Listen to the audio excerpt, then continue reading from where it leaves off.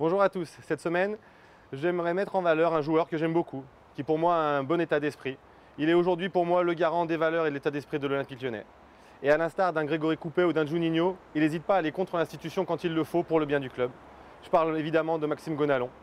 Ses performances du mois d'août ne parlaient pas pour lui. Il a travaillé, il a dit ce qu'il pensait.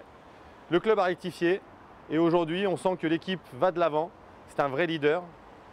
Avoir un vrai Gon capitaine de l'équipe, il me semble que ce n'était pas arrivé depuis Alain Caveglia. Ça fait plaisir aussi parce qu'il transmet les valeurs, il est là au club depuis tout petit. Et pour moi aujourd'hui, à l'OL, le patron c'est Gonalon.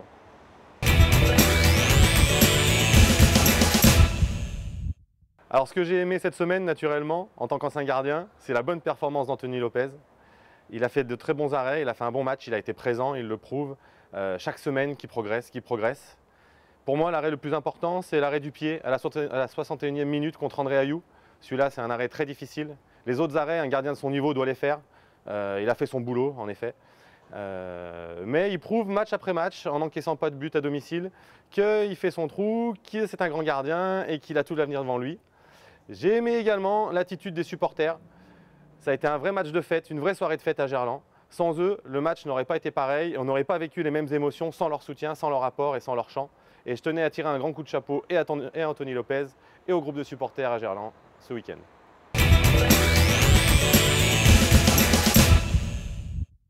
Cette semaine, j'ai un petit coup de gueule à passer.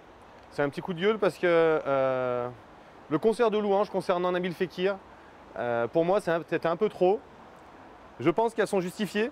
Les louanges sont justifiées. C'est un très bon joueur, un très bon garçon qui demande qu'à progresser.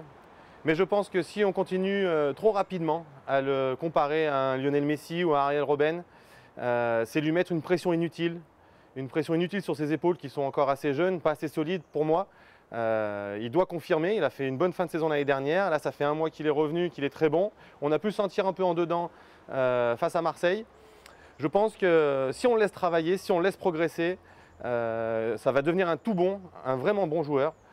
Et souvent, ceux qui tressent les louanges sont les premiers à nous tomber dessus quand on a une période de moins bien, à dire qu'on s'est enflammé, qu'on a pris la grosse tête. Donc je pense qu'il faut savoir rester mesuré dans ces moments-là, le laisser progresser, le laisser travailler, et on sait de toute manière qu'avec le talent qu'il a, il va devenir un très bon joueur.